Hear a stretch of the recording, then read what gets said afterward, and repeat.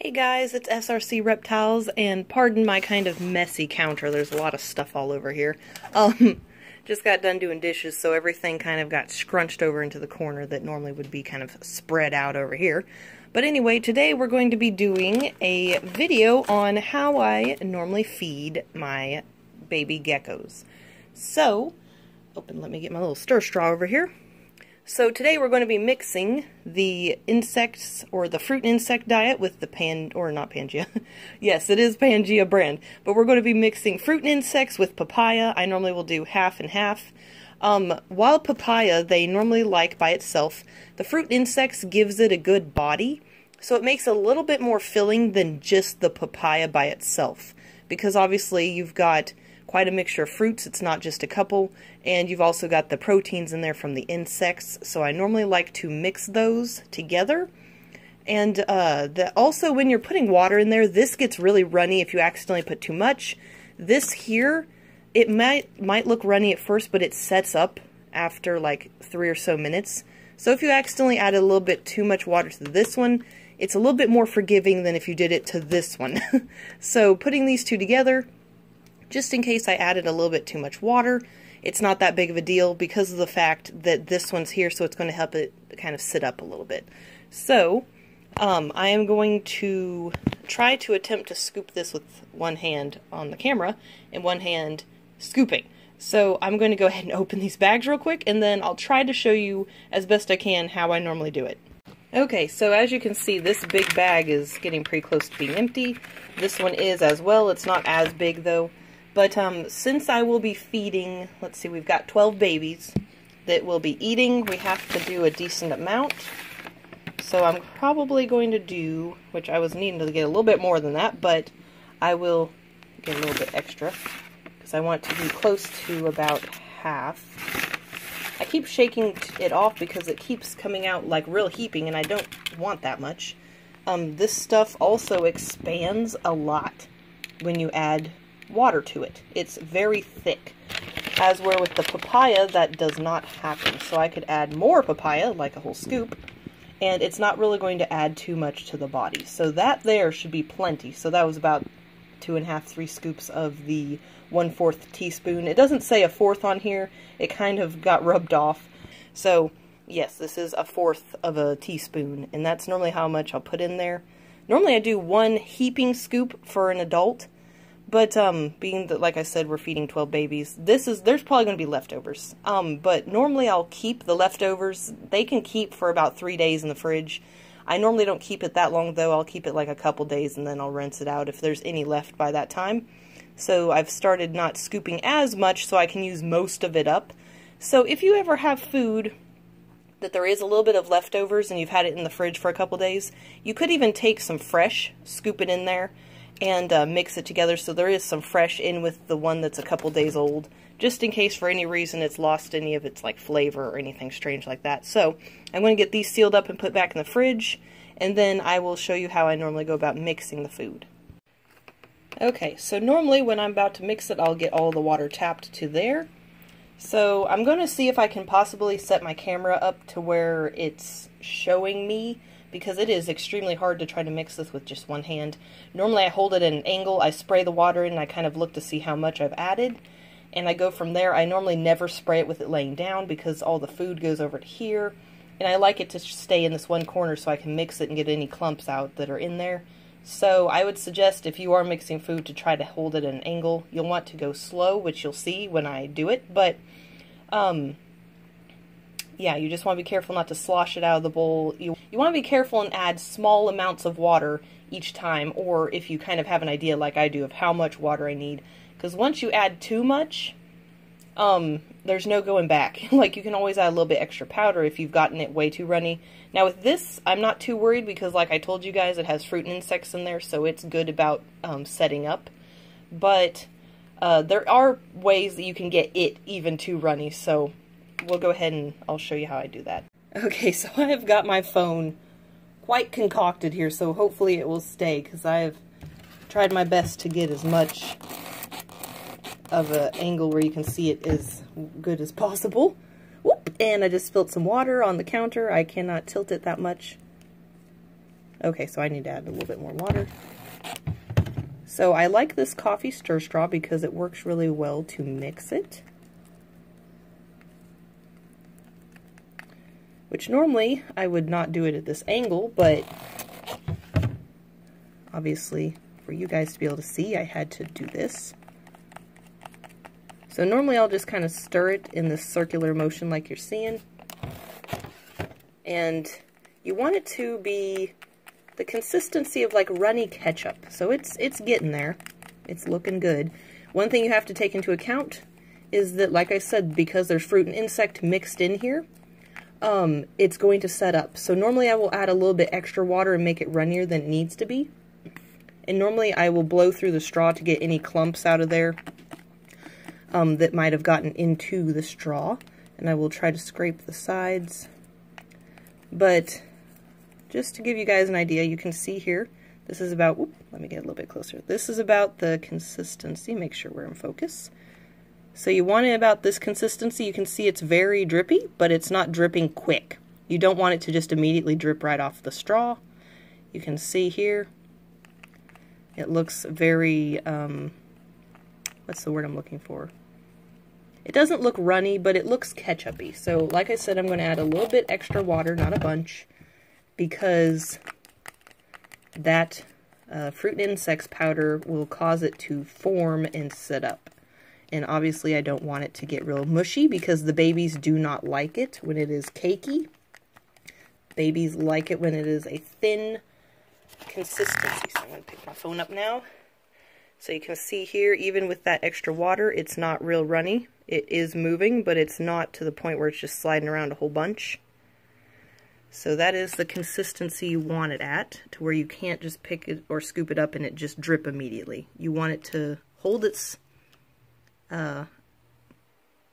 form, there we go, but not be so thick that it, you want it to be very, like I said, kind of almost like mustard, honestly, is what it reminds me of more than ketchup. But anyway, yeah, I had my phone sitting in between these two things and that, so we'll go ahead and go to the reptile room now and feed some babies. I won't show feeding all of them because there is 12, but I will kind of show you the newest ones that just hatched on Thanksgiving, so like 2 or 3 days ago.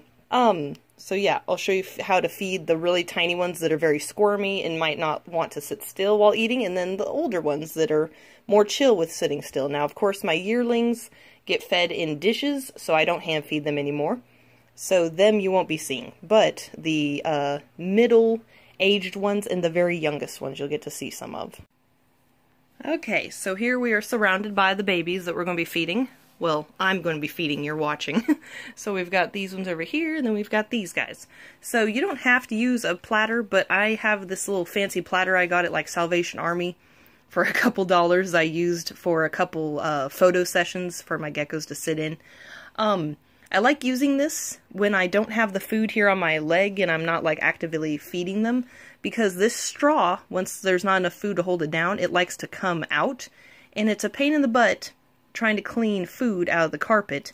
If, say, it's sitting up here all the time, it constantly will try to fall out. So I just sit it in this platter. You could sit it on a plate. You don't have to have a platter. Or if you're sitting at a table or something, but with me, I'm sitting on the floor. So, and sometimes, too, I have the stepladder next to me that I can just sit it on. But anyway, we'll go ahead and get one of the very tiny babies out, which is... we got Nimblewit. That one's a bit jumpy. I guess we'll give this one a try. So this one is one of the newer ones, and this is the one that was very jumpy and crazy. So we will see if it's going to behave. Now, I fed them the night they hatched, but I did not feed them last night because I wanted them to kind of settle a little bit, because you don't want to overwhelm them too much. And it won't hurt them to skip a day with feeding. So I'm going to sit my food on my leg here so I can reach it easier. So when you're putting food on their snout, you want to do a very small amount, kind of a swish motion like that. Very tiny bit. If you cover one nose hole, it's not a big deal, but try to not cover both unless they are actively eating. So if it sits like this, I don't want to have both nose holes, nostrils covered, because I still want it to be able to breathe, obviously. Once it gets to licking, and he's probably nervous because I'm talking. I'm going to try to move it around a little bit. So yeah, like I said, this one here is only a few days old. And right now it's really behaving more than I thought it was going to, unless he's just randomly thinking about launching a jump when I'm not expecting it, which I'm going to put his plant back in there. Move his tank away, because sometimes if they see their tank close by, they will try to jump to it. So I'm hoping, I'm going to touch him even though I feel like he's probably going to jump. Yep. So normally, if they are not eating, you can try to pet them, and it kind of will encourage them, I should say, whoop, to eat their food. But sometimes it also causes them to jump. So are you going to eat your food now? You're chilling? Yep. He's like, okay, I'm on your thumb. I don't know why. Sometimes they like to be held. Now this one I think is just like, oh, there's food on my face, I need to eat it. But yeah, this one, he is very cute. Has a nice looking crest for only 3 days old. Or 2 days, whichever it is. I have a calendar on the wall, but I did not look to see today. I know today's Sunday. So it's Thursday. So yeah, 3 days old today. So as you can see, this one is eating a little bit. Now, when you have little tiny babies like this, you don't want to give them a whole bunch because their stomachs are still pretty tiny. And my belly is growling. I forgot I haven't eaten today. I've been so busy doing chores and stuff around the house. Okay. So one thing you definitely want as well when you have little babies like this is patience, because they will jump around a lot and they will get food all over the place, and they just are turds in general. But once they get older, then they grow out of it, I promise. Sometimes though you still have the ones that are turds, but for the most part it's not very common. So like I was saying, you don't want to feed them a whole bunch because their bellies are pretty tiny. So the little streaks on the face, those small amounts of food, I'll do that maybe like 6 to 8 times, that little tiny amount. And I like to have it to where there'll be a little drip, like this shape here, so that when you go to slide it, it drips very easily. You're not touching their face at all with the straw. I found that if you do this, they are more likely to sit still and eat it versus if you touch their face with the straw. I don't know why. They just don't like to be touched on their faces, which understandably, you know, they don't want you rubbing a straw, a plastic thing on their face. So I will just kind of just gently drag it like that. And you can see how smooth the food is too, because it should not have any kind of resistance, but it shouldn't just drip onto their face. You don't want it to be super runny, especially because if you're feeding babies, there's a chance that they could breathe in that food, and that's not good. Now, sometimes on rare occasion, I'll have babies that are so hungry, or they just love food. They have a huge food drive that they will just chomp on the straw, like the food that's on there. They'll like start to lick on it, and they'll chomp on it and stuff and eat the food like very quickly, which looks like this one is licking it off by himself, which is nice because it's funny. Once they get a little bit older, it's like they grow out of that, and that should probably be good for him. And then normally I will take and mist a couple sprays in there for them. Even though the time is currently 1:20 in the afternoon. With babies, they aren't as bad with their sleep schedules like adults. Adults, you really can't feed them in the day.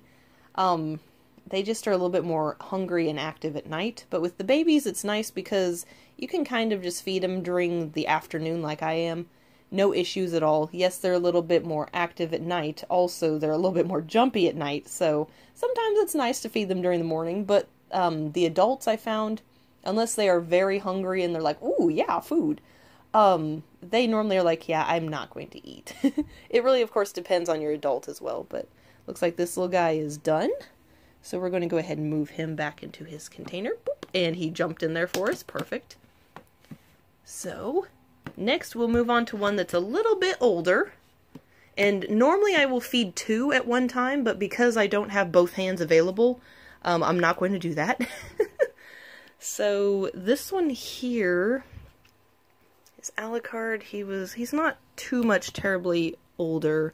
Let's go for Gemstone, because, well, and it looks like Bolt, I think, is right here too.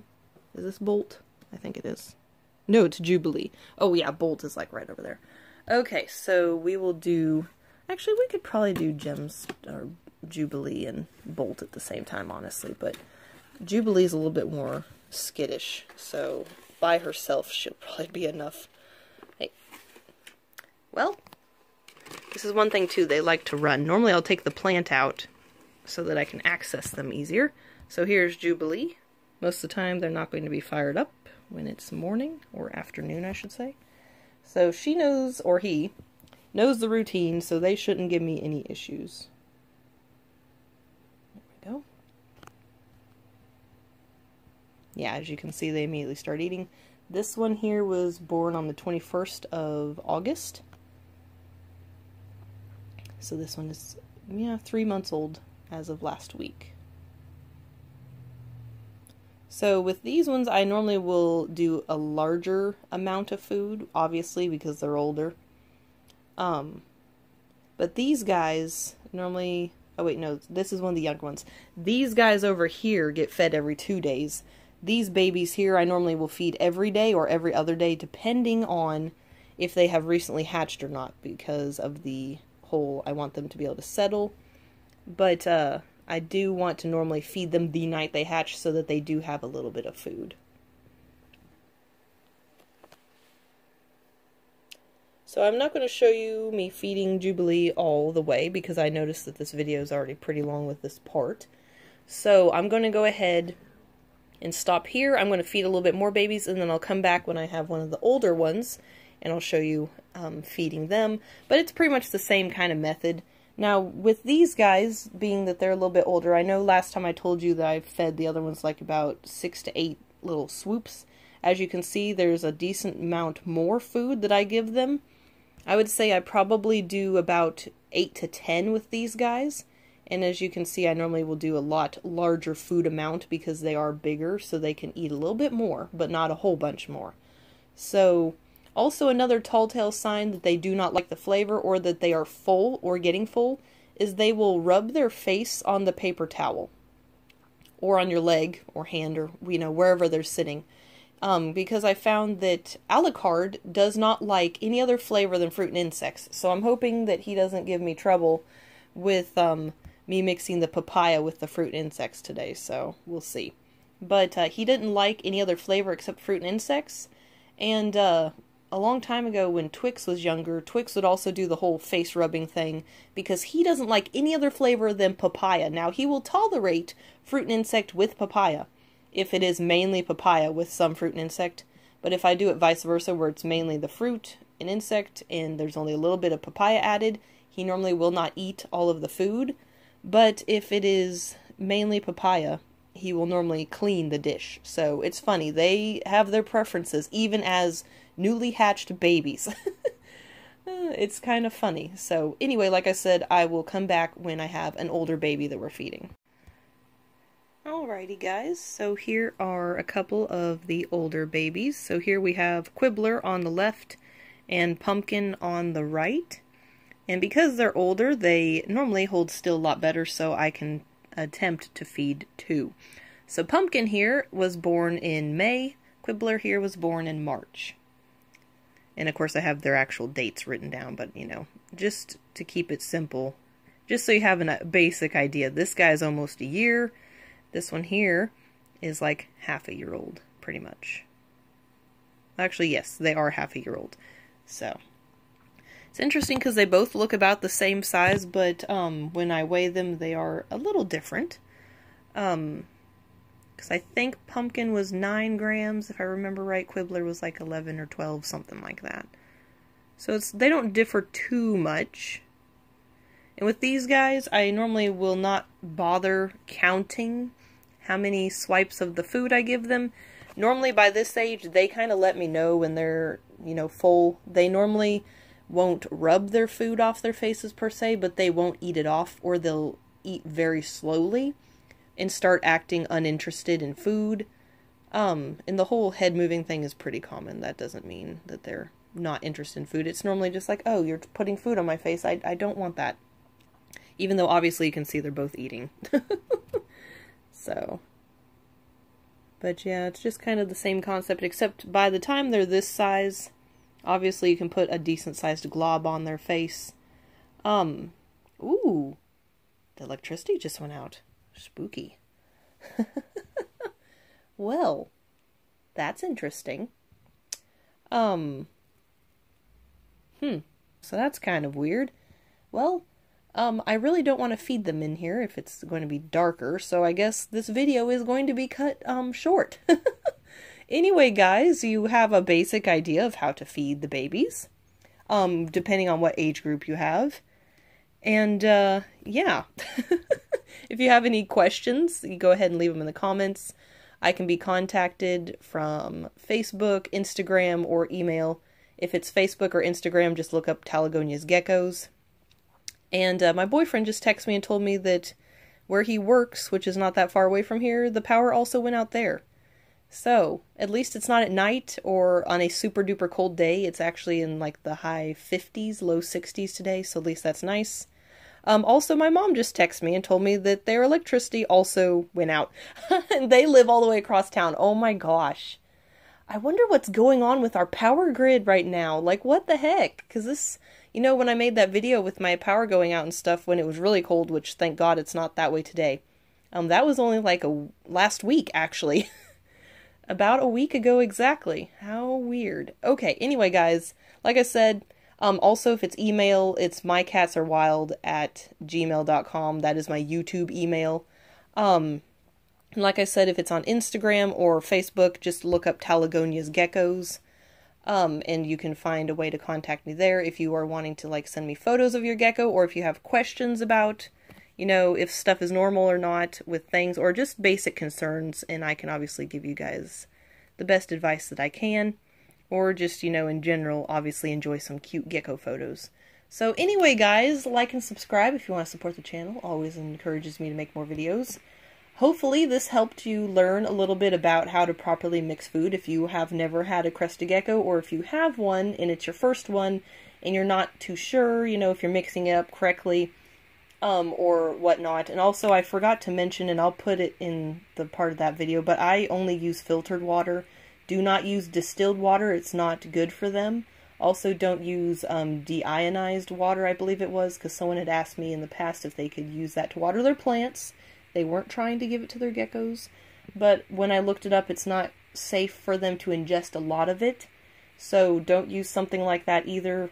Filtered water is perfectly safe. Also, there's, let's see, what was it? Reverse osmosis water, which apparently is the best for people, and it also is just fine to give your geckos. So, anyway, guys, thank you so much for watching, and have a good rest of your day.